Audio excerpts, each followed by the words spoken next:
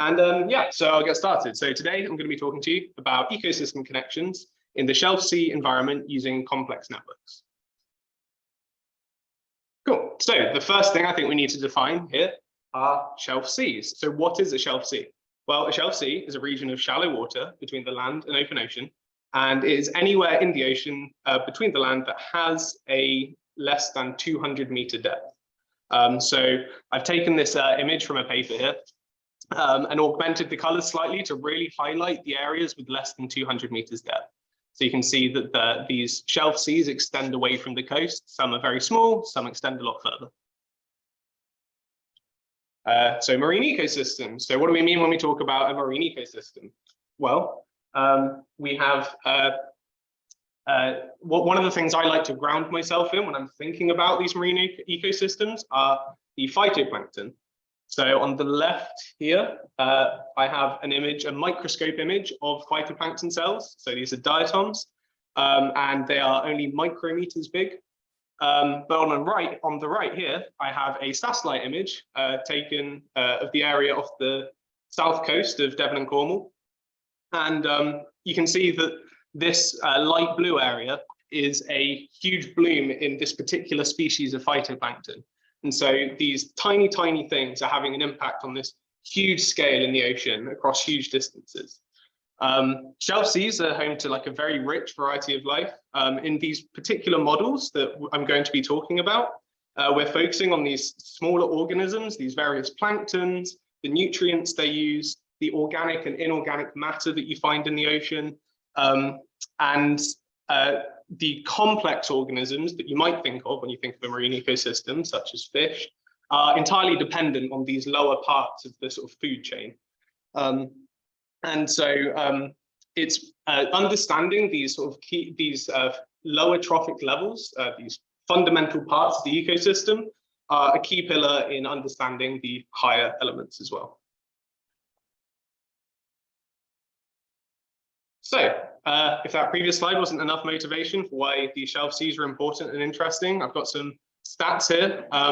So shelf seas, they only make up about 7% of global ocean, but they account for 20% of the global biological productivity, 20% of the oceanic uptake of atmospheric carbon, and 80% of the global fish catches. And we have this sort of general need and motivation to have more detail and understanding of the key indicators and processes that are happening in these shelf sea ecosystems.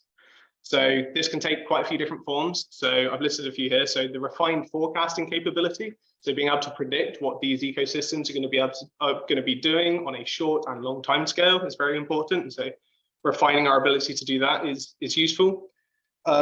Improving our computational efficiency when we're running these models is very important as well, because if we can have faster models that produce similar results, we can test a much wider variety of scenarios.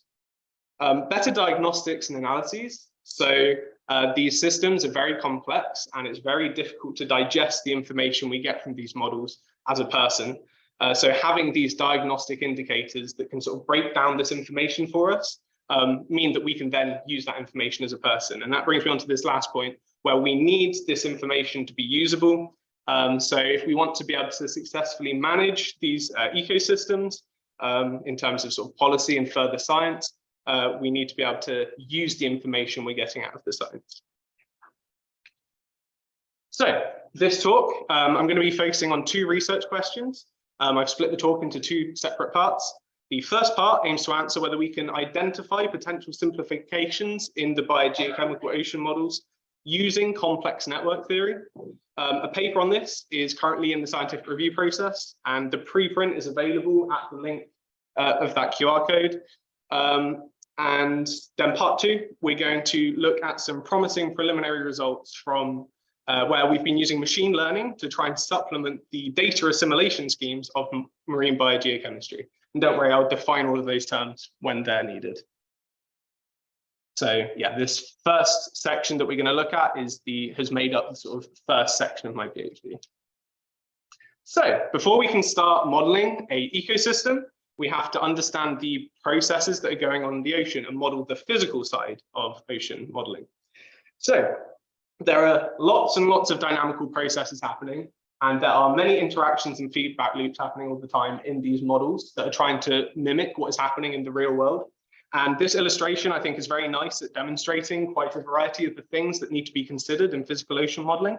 So, we have things such as the input of heat from the sun, and sort of radiation from the sun. We've got the wind stresses, we've got the currents in the ocean. We've got input of fresh water from precipitation, ice, and rivers. So there's a multitude of things that we're trying to consider when we're modeling just the physical side of oceanography. But you can see on the illustration that a very small portion has been devoted to phytoplankton bacteria. So this is this illustration's way of representing the importance of ecosystems in these oceans. But that in itself is a very complex process to consider. So this is the schematic diagram of URSEM, which is the biogeochemical model that I'll be talking about today. So that stands for the European Regional Seas Ecosystem Model. And just a few sort of highlights of what is in this schematic diagram. We have these groups representing the phytoplankton. We have these groups representing zooplankton. So these two different types of plankton. We have phytoplankton, which sort of represents sort of these microscopic plants in the ocean. And then I like to think of the zooplankton as these sort of microscopic animals in the ocean. We also have the bacteria considered. We have, like I mentioned earlier, this sort of these organic and inorganic matter that's floating around in the ocean. And on top of all of that as well, we have all of the nutrients being cycled through the water columns. But the complexity doesn't stop there, because we also have to consider how these processes interact with the seafloor as well. So you can already see that just starting from this zoomed out picture, how as you drill into each particular area of ocean modeling and then biogeochemical ocean modeling, things get quite complex quite quickly. So what are we going to be looking at in terms of the experiments I've been running? Well, I've been looking at this particular area of the oceans. So this is the Northwest European Shelf. So remember earlier I mentioned that the shelf sea is any area that is less than 200 meters deep. And that is this area here that is highlighted, well, it looks highlighted where it's the light red area here. That's the shelf sea that is off the coast of the UK. And I've been analyzing surface data from a 2016 to 2018 run of NEMO, FABEM, URSEM. So this is a model configuration. So NEMO is the physical model. So that is handling all those physical processes I was talking about. Then FABEM is it's called a coupler. It joins that physical model to URSEM, which is our biogeochemical model. And in this, we're only focusing on the surface data that these models generate. So the data at the surface of the ocean. And sort of our reason for this is because in the context of wanting to use data assimilation applications, which I'll talk about later, we can only observe the ocean's surface using satellites. So that's why the surface is particularly relevant to what we're doing. And so another sort of detail about this data that I've been using is that it's all been pre-processed with a high pass filter. So what that means is we have taken out the dominant seasonal signal from our data time series, and we are looking at just the very, very short scale, so the high variability that's happening within sort of roughly 10 days. And all of these results have been verified on a completely independent set of data from 2005 to 2007. So I'm going to be using this word a lot over the next sort of 10 to 15 minutes. And that word is length scales. And so I think it's very important that I define what a length scale is and why it's important. So a length scale is a characteristic distance over which a quantity will change significantly. We use it as a measure of variability. It helps to describe the range of influence or correlation of a particular process. And we're going to investigate the length scales of these biogeochemical structures using complex network theory. So I was thinking an example helps in these situations. So these are just various types of weather phenomena that will have different length scales. So along this x-axis, along the bottom, we have very small length scales at only 10 meters, up to 10,000 kilometers. It's a logarithmic scale. And you can sort of imagine that the sort of physics and modeling that would be required to model a tornado or a cumulus cloud would be very different to the physics that would be required to model like a weather front that you would see on the news, because these things are happening on such different scales. You have to make different simplifications and affordances to be able to model them properly. So, a network. What is a network? Well, a network is a mathematical structure that models pairwise relationships between nodes and links. So this little diagram I put here is a network. Each of these orange circles, or nodes, as we refer to them, it can be linked together, and that's represented by these lines that connect them. So this has, networks have application in like a whole variety of different fields. My most intuitive example I can give would be a social network. So all of the accounts on Facebook, you can consider them as a node in these networks. And then depending on who's friends with who, that depends on where the links are in the network. And you can explore the properties and structure of these networks to draw out useful and meaningful information. So again, if we think about this social network example, we can analyze where all of the links in the network were to identify different groups of friends, or maybe people who are interested in something in particular for advertising purposes. Now, we're not using social networks, we're using biogeochemical networks. And so the way that we go about constructing these is perhaps a little bit less intuitive, but I'll give it a go explaining it. So we have our model grid from our model data. So we can just imagine this as sets of squares next to each other. And then we treat each of these model grid locations as a node in the network. So we just sort of treat, independent of any sort of time behavior. Then we look at the time series, so the behavior of each variable through time at each node, and we correlate it with every single other node in the network. So we're looking to see if this particular spatial location and this one that's next to it, if the values in this location always change in a similar way to another node, then they're going to have a high correlation in the way they behave. And so we're going to end up with a link between those two nodes. However, if those two nodes their behavior is sort of semi-random relative to each other, then they're not going to have a very high correlation. And so we're not going to link them in our network. And so we remove all of those links with very low correlation. And once we've come up with one of these networks, we can approximate some length scales using them. So in this diagram I have here, we would have the target location we would want to generate a length scale for. So that is represented by this black dot in the middle. And then these red dots all around the outside, they would represent the nodes, so the spatial locations nearby that have a high correlation in their behavior with this target node. These connected nodes would cover a particular area. And then we approximate this area as a circle because we're approximating lots and lots of length scales. And so holding on to all of this data isn't particularly efficient.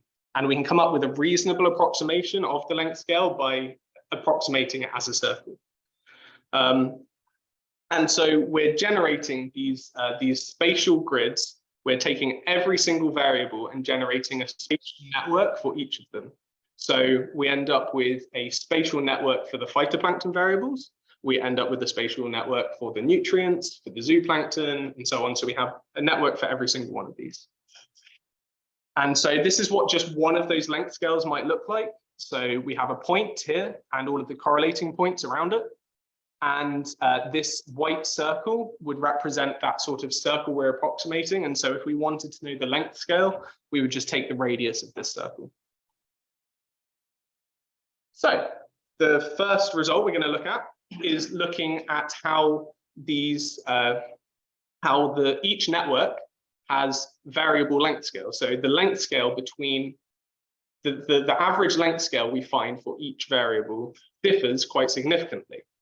So the sort of takeaway from this plot is that we have this on the y-axis, we have the length scale, the average length scale. And on the x-axis, we have each of the different variables. And so what we can see is that for some of the variables, the length scale we find is, on the order of sort of 75 to 100 kilometers. whereas we end up with some of the other variables having very, very short length scales. So they are effectively down at 25 kilometers.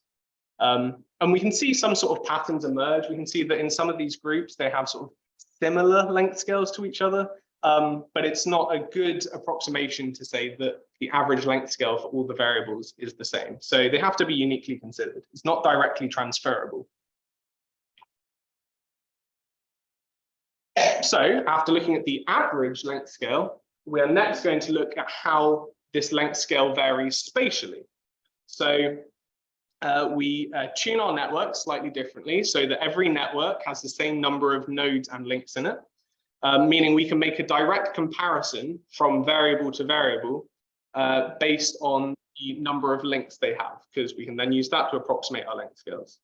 What we're looking at here is a composite image of the spatial variation of all of these different networks averaged on top of each other, and some patterns start to emerge. So we can see out in the open ocean, we have lots of very long length scales that are denoted by these much brighter values. And over the North Sea, we have shorter length scales, which are the darker values. And that's sort of what we would typically expect. But also, interestingly, we have these sort of cuts into the plot, these sort of lines of very dark regions. Sorry, my screen's frozen. There we go. These very dark regions. And so what this indicated was that even though we're looking at an average of all of the different length scales, they're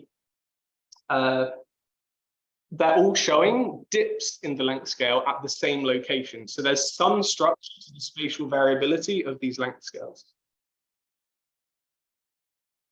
And so we wanted to try and evaluate that in some way. So the way we did this is just with another correlation metric. We had all of our length scales calculated for each variable at each location.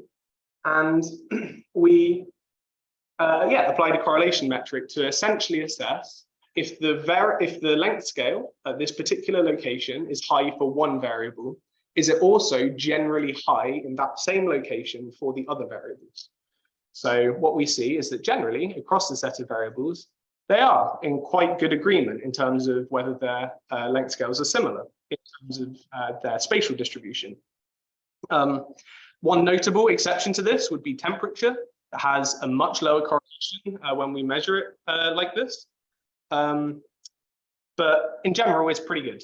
And what this means is that we can make a simplification to the length scale estimates across the biogeochemical variables. So we can break it down into two simplifying factors. So one of these factors would be that this spatial structure seems to be quite coherent between all of the different variables, and the mean length scale that we found previously that we can use as a scaling factor applied on top of this spatial structure. So in order to calculate the length scale at any particular location for any variable, we just take this approximation of the variation in the spatial structure and multiply it by the specific scaling factor. So this was just an attempt at reconstructing some of the length scales using that model that I've just described. And temperature, as we sort of suspected from that previous plot, is the worst at trying to recreate those length scales. So these very dark regions of red and blue indicate that it was very far away from the true length scale. So this would be a bad model for approximating the temperature length scales. But we can see that the error in approximating the length scales of a phytoplankton type, so the diatoms chlorophyll, it was pretty good because the error, the light blue and the light red, is a lot dimmer. Just quickly, so some of the maths is pretty well. Oh, okay, fair enough. Yeah, okay, cool. Cool. Okay, so we've been talking about length scales for a little while. But then we looked to use the network structures that we had created to try and extract some more structural information out of the data we have. And one of these ways that we were looking to extract this information was to see if we could regionalize or cluster the different nodes in the network together, so we could have entire groups of these networks or these whole areas of spatial locations where everything is behaving similarly to each other. And so we use this method called spectral graph clustering. So this a quick overview of how that works. We have our network structure that we've generated before. We then transform this into we represent this network as a matrix here, and then we can convert this matrix into its eigenvectors and eigenvalues. So what this does is instead of considering the information on a point-by-point basis, this transformation allows us to consider sort of more global structural properties of the network instead of individual properties. And depending on how many of these sort of global structures and signals we take into account, we can cluster the network based on them. So here, if we said k equals 2, we would be splitting our network into 2 distinct regions. And we have to manually set how many regions we want to split this domain into. So what does this look like in practice? Well, I have some plots here showing the regionalization of our surface data. And it's the aggregated boundaries from the 50 URSEM state variables that I was talking about earlier. So all of the phytoplankton, the nutrients, the zooplankton. And we have our networks, we cluster all of our networks independently. We then work out where the boundaries are in our clustering, and we overlay the boundaries of every single different variable on top of each other. And so the locations on these plots where you can see the brighter lines are areas where a boundary kept landing on the same location over and over again.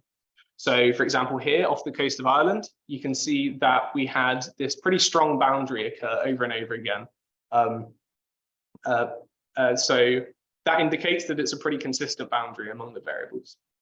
Now, what is interesting is as we considered more of these structural properties of the network, as we as we increased the number of clusters we wanted out of our network structure, we saw a very, very strong signal come out of the North Sea, which, if you remember from earlier, is the shelf sea that we're particularly interested in. We see that these natural regionalizations of the shelf sea start to develop. Which is indicated by these very, very bright boundaries we see. And so sort of the takeaway point from this slide is that we can see these sort of quasi-independent regions start to form that are entirely drawn out of the model data we're running. So I've been talking a lot about the spatial structure and the relationships we find across each variable individually. But now I just wanted to make a quick note on the connections we can find between each variable themselves. So here we have essentially made a network where every single variable is correlated with the behavior of other variables directly and represented in this matrix here. So we have a set of variables. So we have like the phytoplankton variables here, all tend to correlate very well with each other. So in a network, they would all be connected to each other. And essentially what this sort of allows us to do is take our model with lots and lots of state variables in and identify groups of those variables that are behaving very similarly to each other. And that can provide potential simplifications to future modeling purposes, or even in machine learning, we can perhaps reduce the number of input features we use. And these relationships we find generally match quite well to the schematic, the URSEM schematic diagram that I was showing earlier. So some key points from this first part. Complex networks can be effectively used to sort of dismantle some of the complexity in these ecosystem dynamics. This is used better to understand the spatial variation in the length scales and then the adjustments required for each specific variable to reconstruct the length scales and sort of, yeah. And then the spectral graph clustering is used to split the domain into some key regions, the quasi-independent regions of highly interacting behavior, and then we wouldn't expect as much information exchange across the boundaries. And these simplifications can be used in future work, So this could be assisting the modelers in development of the models. It could be used for feature reduction in machine learning, so through those simplifications. And it can also be used in data assimilation in the length scale transfer process. And so yeah, all of this work is summarized here in my paper. So back to the research question. So we've sort of had a quite detailed look at this first research question now, trying to identify these simplifications using complex networks. So now I'm going to move on to talk about some of the more recent work I've been doing. So these are preliminary results, but I think they're quite exciting and very worth showing. So we're trying to now look at ways we can combine machine learning with data assimilation that is used in marine ecosystems to give improved model outputs. So what is data assimilation? It's a very big question. The sort of capsule definition, the science of combining different sources of information to estimate the system state as it evolves in time. So here, there are many different ways of doing data assimilation. Here, we're going to be mainly interested in a broad category of those methods called ensemble methods. And yeah, so let's have a look at this diagram I've made. So an ensemble method is when you have lots and lots of runs of a simulation that all start from almost exactly the same starting point, but not quite. And due to the sort of highly nonlinear nature of these systems and the way that errors grow in time, these models will spread out and arrive at different conclusions over time. And we can use that to our advantage because this allows us to sort of estimate the uncertainty of a particular forecast. So based on the spread of an ensemble, we have a certain amount of uncertainty. And then we have an observation come in. So this is the point of the definition where we have multiple sources of information. We have a source of information from what our group of models is saying. And then we have another source of information from, say, a satellite image that might be saying something slightly differently. And that is going to come with its own uncertainty as well. So your satellite might have a different resolution to the model. Your satellite images might have a different resolution to the model resolution you're using. There can be problems with the sort of non-linearity of converting radiances to the model variables. There's all sorts of things that come into model error, observation error. But we essentially look to combine each of those sources of information using these uncertainty estimates to come up with a best estimate of the system state. So hopefully our system state will move towards the source of information that we're more confident on and move away from the source of information that we're less confident on. But it still takes everything into account to try and sort of find the truth. So an operational data assimilation scheme. So in marine biogeochemistry, in forecasting these quantities of the system state, we have a model that integrates its state forward in time. We then have an observation come in from a particular time. So for example, from a satellite image. And this is typically in biogeochemistry going to be a observation of the surface ocean color. So remember very early on in the presentation, I showed that satellite image of the phytoplankton bloom that was happening. So that would be sort of an observation from a satellite image. Our data assimilation scheme then tries to sort of make a combination of these two sources of information. But most importantly, in biogeochemistry, in these particular ocean models we're looking at, and these biogeochemical models we're looking at right now, this update is univariate. So we only allow it to update the total chlorophyll. And then we have a balancing scheme that takes that update to the total chlorophyll and partitions it to the phytoplankton variables we have in our model. So how would we introduce machine learning into the DA of this marine ecosystem model we have? So as I've mentioned before, marine biogeochemistry is very complex. and the ensemble techniques are very computationally costly. Machine learning shows really good potential for creating some cheaper surrogate models that would give us some shortcuts in the way that we're estimating some of these statistics. And compared to physical oceanography, machine learning in biogeochemistry emulation is very sparse. So there's a lot of potential for innovation. So in physical oceanography, things like the surface temperature and the salinity, the oxygen concentrations are already assimilated. But in marine biogeochemistry, we're particularly focused on the total chlorophyll because that's one of our best observation sources at the moment. And so, yeah, we're going to look to train a machine learning model to replicate or improve some specific element of this data assimilation scheme. So, which part of the data assimilation scheme should we improve? So in our case, we're trying to improve on this univariate DA scheme. So we update the total chlorophyll and then the other directly related phytoplankton variables via this balancing scheme. But ideally, we'd be able to update much more of the system state. So we would typically aim to estimate the related statistics needed to do this with a large ensemble.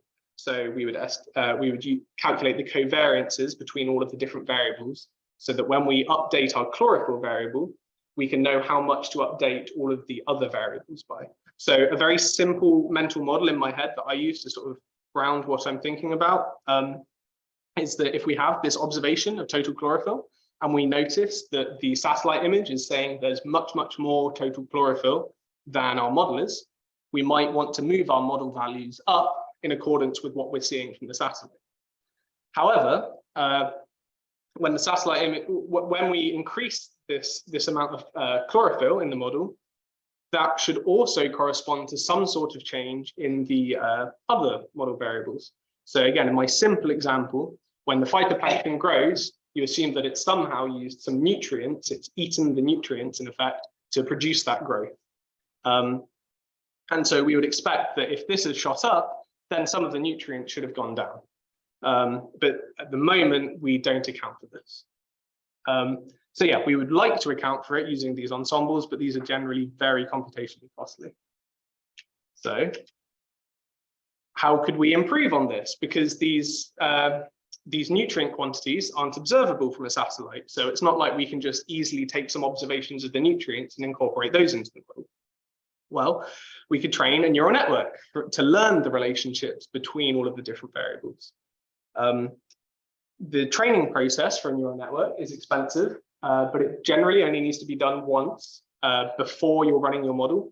And then you can take your trained neural network and put it into your model at runtime, and it's very, very fast. And so correcting these unobservable variables, these nutrients, for example, will ideally give us a better estimate of the true system state. So how do we implement this in practice? Well, here's a quick overview of how machine learning would work in this particular example. We implement a deep learning technique, a multi-layer perceptron.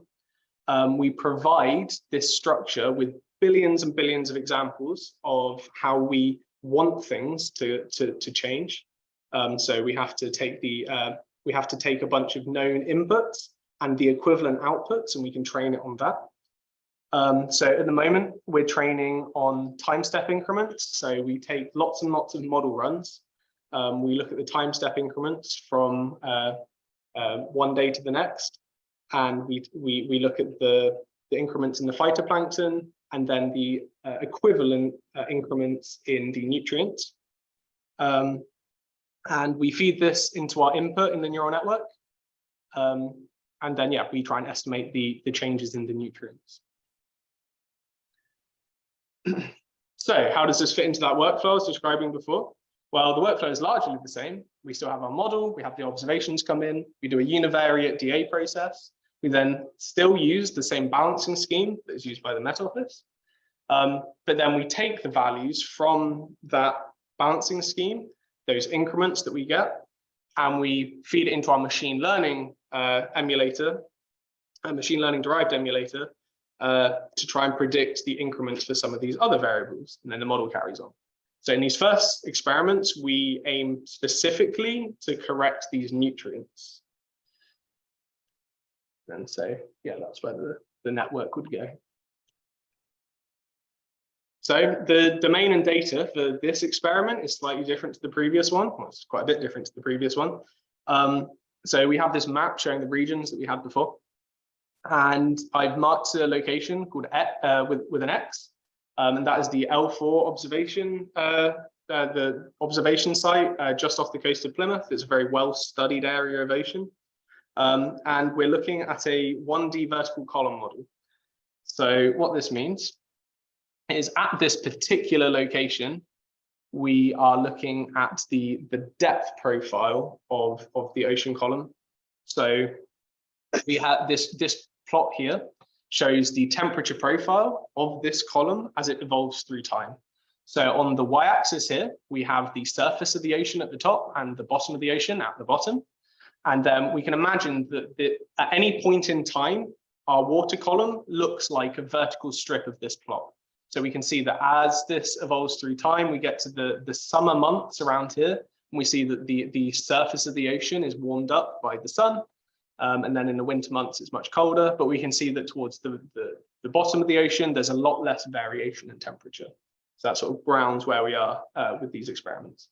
And we use synthetic observations for these initial experiments. So instead of using observations from real satellites initially, because those come with their own additional challenges and complexity, we use observations from a completely independent run of the model that we're trying to constrain our own experiments to match. So, a broad overview of some of the initial results from how the machine learning impacts the system. So we end up with a lot of improvement across many of the key variables in the system. So in this bar chart here, I have got all of the variables of interest along the x-axis, and then the normalized error on the y-axis. And these blue bars represent the old system, the old Met Office system, and then the orange bars represent the machine learning addition that I've implemented into this system. And we can see that the orange bars are normally a little bit lower, or in some cases quite a bit lower than the blue bars, meaning that the machine learning algorithm is giving some improvement in estimating the model state. We can see that with some of the variables, we're getting some minor degradation in the estimate of the truth. But in general, it seems pretty promising, particularly in these nutrients here, where we see that 3 out of 4 of the target nutrients are giving improvements in our predictions. And I'd also like to point out here that the machine learning model that has been implemented isn't fully optimized yet. So there's a lot of parameters to tune and change with the way that you train a machine learning model. And that can often yield better results when you fine tune them to the particular use case that you're using. So what do these improvements actually look like? Well, it's pretty difficult to see with this initial plot. So this is just looking at the impact on the total chlorophyll concentrations. And because the increments that are being made are so small and these values vary so much through time, it's very difficult to see the actual improvements of the predictions. But I've got some summary statistics in the corner that the machine learning method is providing slightly better results than the old method because it's got a lower error. But yeah, I think it's quite interesting to see this plot because the total chlorophyll, as I've mentioned, is one of the sort of most important variables in the system. And so you can see how in the summer and spring months it spikes and we get lots more growth of chlorophyll, phytoplankton, and so we get more chlorophyll in the ocean during those months. But what I think is more interesting and a more obvious improvement would be the clear improvement of the nitrate concentrations. So here we have our truth is these black lines that you can see that is varying with each year. So this sort of looping step we see each year represents 1 year of the model run because it's dominated by the seasonal signal. So yeah, this black line is the truth that we're aiming to get. This red line is what the old system would estimate or produce. And then this green line is what our machine learning add-on provides. So it's giving a much more closer to the truth, much more accurate estimate of the system state. But like I said, there were a couple of variables that weren't behaving quite so well. So again, these are preliminary results. So I haven't done full digging into exactly why this might be. It could just be that this is a very hard variable to predict. It could be that this, with some more optimization, will actually get better results, but it's hard to tell until we actually investigate it. But just for transparency, this is a variable where machine learning isn't giving quite as good predictions of the truth. So the green line, which is our new machine learning model, is slightly further away than the red line, which was the old scheme. So some key points and takeaway from this second part of the talk.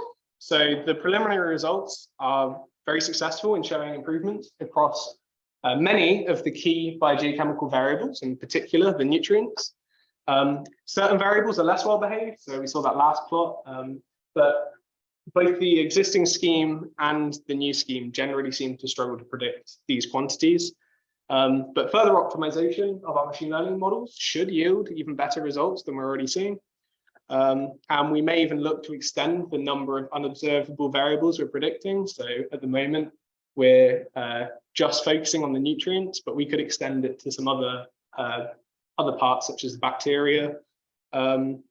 And we want to look to test these models in different locations. So we want to see if we generate this machine learning model for usage at this L4 location, will that then be applicable in different parts of the sea, because it's been trained on data from this particular location? Is it tuned to this location, or is it sort of uncovered some more general useful properties that can be applied elsewhere? So some concluding remarks for what we've been talking about today. So part one, we successfully found some sets of simplifications for the biogeochemical modeling of marine ecosystems and shelf sea environment using complex network theory. And so my paper is available as a preprint. You can either just search my name on Google Scholar or follow this QR code link, which, because I hope the presentation will be circulated around afterwards. So everyone can access it through there as well. And then in part two, we saw some exciting preliminary results that highlight the further potential for using machine learning to improve the data assimilation in these biogeochemical models.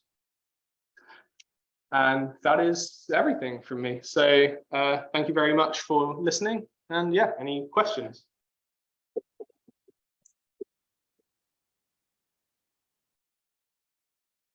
One more question? Yeah. Can you talk a little bit about the practical sort of applications then of your model then once you got them running? Yeah, sure. Go back to a previous slide. So for example, this regionalization of the seas, because we're identifying these regions of independent behavior or quasi-independent behavior, these could sort of offer sort of one piece in the puzzle towards learning how to better manage the seas in terms of protecting the ecosystems. So we might be able to say that the one region needs to be particularly protected from another region in terms of maybe the nutrient input from a river. So if we have sort of eutrophication processes, so sort of nitrate runoff from farms and things that's flowing down a river and out into the open ocean, that is probably going to be signaled in some way when we analyze the system in this way, because we'll identify a large or a region of a particular size that is being affected by this process. So that is one way that it could sort of impact. In more general terms, this is sort of going towards improving the biogeochemical modeling in general. So just having better biogeochemical models, sort of understanding where we can make simplifications in the modeling process means that we can run faster models. So we can test a much wider variety of scenarios. So obviously in the context of climate change, there's a lot of uncertainty in terms of exactly the trajectory that things will take. And so being able to run quick simulations with effective simplifications in is very important in testing a wide range of these scenarios. perhaps on less of a climatological scale, but more on a sort of year-to-year basis. It's very important for sort of the economies of countries related to these seas. So all these European countries have fishing interests in these oceans. And so being able to predict how productive the ocean is going to be in a given year or over the next few weeks is sort of essential to their ability to forecast and plan how much fish they're going to get. So there's sort of quite a sort of a broad range of potential impacts, and sort of it sort of impacts on multiple levels in terms of where this information can be used. So yeah. Any other questions? No? So you use the machine learning step part without. Yeah, that's right. Would there, like, I don't know if there's any benefit to it, would there ever be consideration to like replace the land step completely with the machine? I don't know if that's. Yeah, no, that's like a very interesting point that I've been considering recently, after sort of digging through the data that we've been producing. So the balancing scheme at the moment is sort of very simple. So we get our increment for the total chlorophyll, and then we just look at the background ratios between the associated variables. So we've got a total chlorophyll. We look at what percentage of each phytoplankton function type we have represented by the chlorophyll chemical components. And we just look at the ratios between them to work out the increment to apply. So that's a very simple mapping of those increments. Whereas a machine learning model might be able to provide sort of, more intricate mappings of how those increments could be applied. So yeah, it's certainly a possibility. The only thing that I would that I'm sort of mentally cautious of while sort of thinking this through is that whilst we can sort of use the background states of the model to sort of as input features, we're taking out a whole set of things we're using to predict. So all of these different phytoplankton variables have been sort of non-linearly changed through some pretty basic functions to give us quite a variety of different predictors.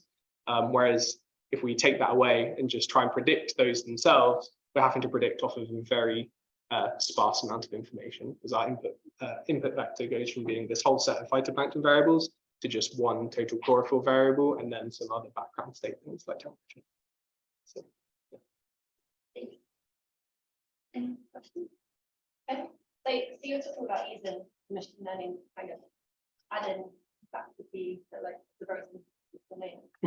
So yeah, I mean, I guess the big thing about machine learning, and we've already thought about this, is kind of how much trust we can have in creating a much more complex system. So yeah. Yeah, I mean, so that will be a huge part of the investigation of these sort of preliminary results, is sort of how can we validate what this machine learning model is doing.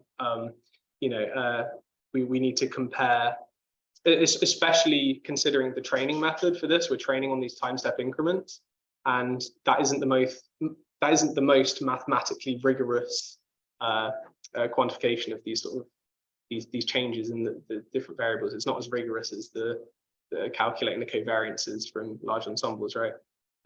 So yeah, understanding exactly how these machine learning models are going to make their decisions is probably going to be a pretty big step of this work, to make sure that we're, because, and as well, because if an overly large increment is made, or we sort of move into sort of non-real, non-physical values, that can just sort of break the model, so it stops running, which isn't very helpful either. So yeah, it's a huge part that we're going to have to sort of investigate quite heavily.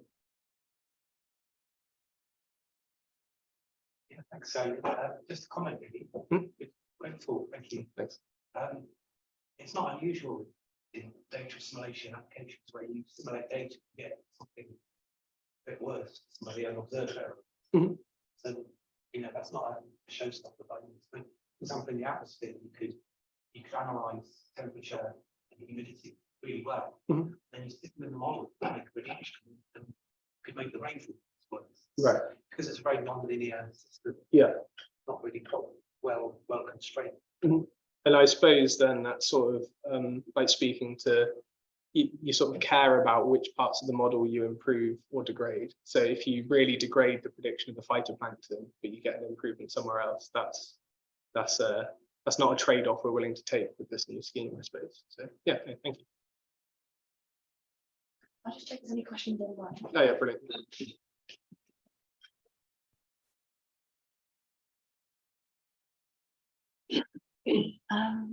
No questions currently. Any questions online? Anyone want to ask anything? No. If there's no other questions, actually we've got 10 minutes. I'll try and ask you a question. So your so do you look at your data from the same time period, or was it from like the 1980s to now? Or do you look at a certain year, add things in? When exactly are you looking? So at the moment, these newer experiments we're doing, we can do over sort of as long as we have the relevant forcing for.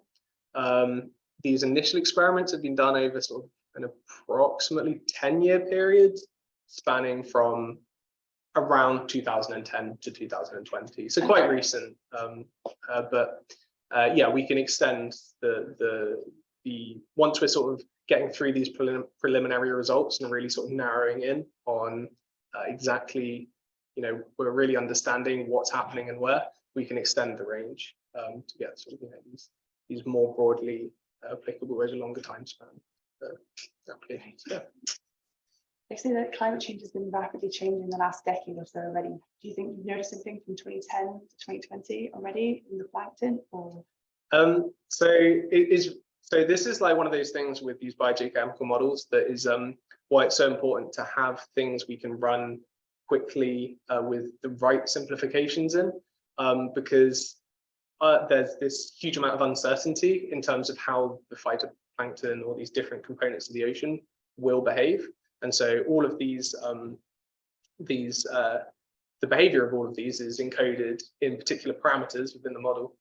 And so knowing what those parameters should be in sort of the various different climate contexts is a very difficult challenge in itself. And so, yeah, providing simplifications and quick ways of modeling like this can go a long way to then making sure we can cover as many of these different scenarios and try and sort of take into account all of this uncertainty in the system. amazing, fantastic. There's any more questions? Oh, Laura? How does your length scale work and come together? Yeah, that's a very good question. So what I'm hoping is that there will be some there will be some link between the locations we developed the models for with these machine learning models and the regions we have previously. Obviously, that's a pretty big hope to make at this point in the experimentation stage, but I haven't tested any other locations. But more generally, we might be able to train, we might be able to sort of simplify, train a model based on the data from all of this region. And that might just be one of the better ways to sort of, instead of having to generate one of these models for every single location, we can sort of simplify it in that way. We also have these with the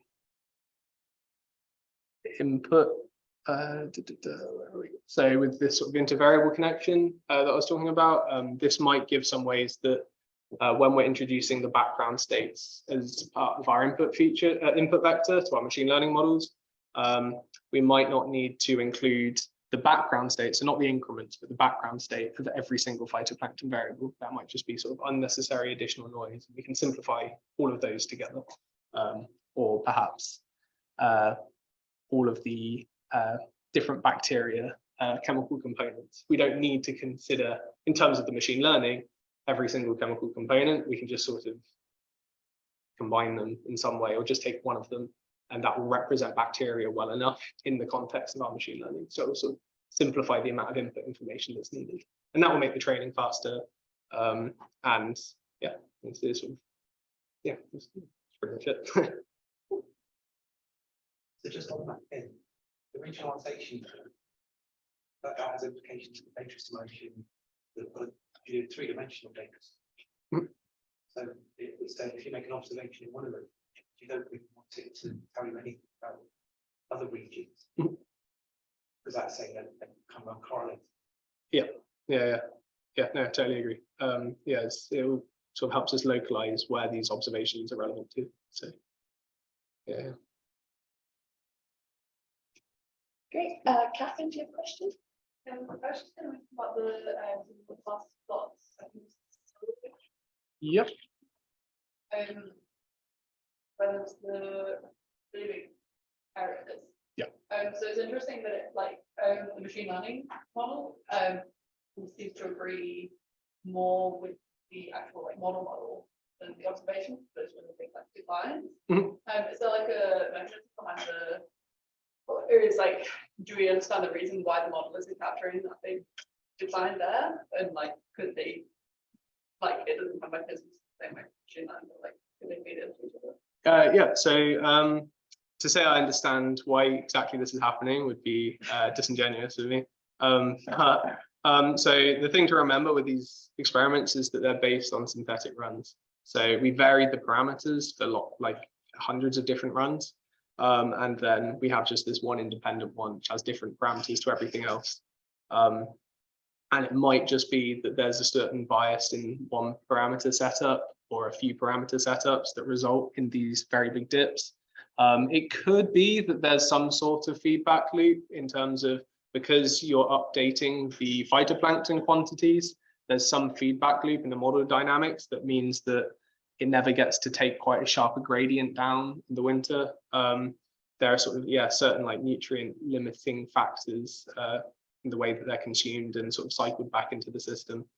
So yeah, this is definitely one of the areas that's going to require some like real digging to try and understand why is it that for this particular variable we have such little agreement. There's no more questions. Give Jan a big round of applause.